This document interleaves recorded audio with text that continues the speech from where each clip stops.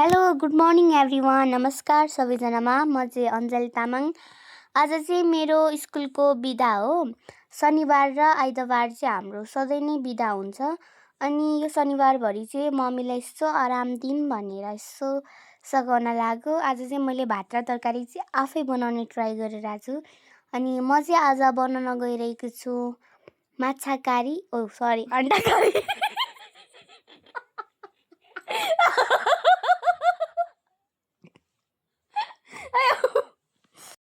Sorry है गाइजहरू, मलाई चाहिँ तरकारीको नाम भन्ने होइन। खास गरी यो चाहिँ माछा करी होइन, अन्डा करी हो।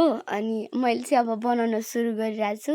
आज चाहिँ मैले के हालेको छु सबै हेर्नु होला अनि आफूले पनि फलो गर्दै तरकारी बनाउनु होला है।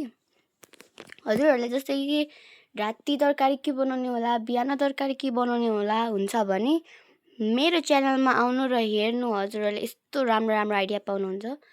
अब चाहिँ यहाँ मेरो मसला पाकिसके जस्तो छ, त्यही भएर म मिक्स गरिरहेको छु।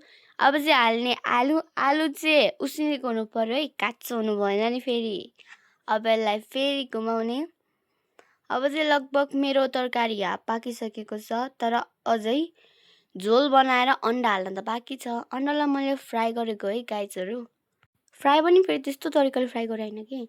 यो चाहिँ यहाँ चाहिँ अब भात पाकिसकेको रहेछ अनि तरकारी पनि झोल पनि पाकिसकेको रहेछ। अब यो झोलमा चाहिँ अन्डा हाल्ने अनि फेरि मिक्स गर्ने, त्यसपछि पाक्यो। हजुरहरूले अन्डा त काटेर पनि हाल्न सक्नुहुन्छ, तर मैले चाहिँ ठुलो नै हालेको छु है। अनि अघिको लागि चाहिँ माफी पाऊ है गाइस, मलाई साँच्चीकैमा थाहा थिएन यो तरकारीको नाम। अब चाहिँ पाकिसकेको छ अनि thank you for watching full video guys. अनि हजुरहरूलाई चाहिँ अब अर्को भिडियोमा भेटौँला। धन्यवाद सबैजनालाई लास्टसम्म भिडियो हेरिदिनु भएकोमा अनि हाँसिदिनु भएकोमा मसँगै। See you next video guys. Bye bye.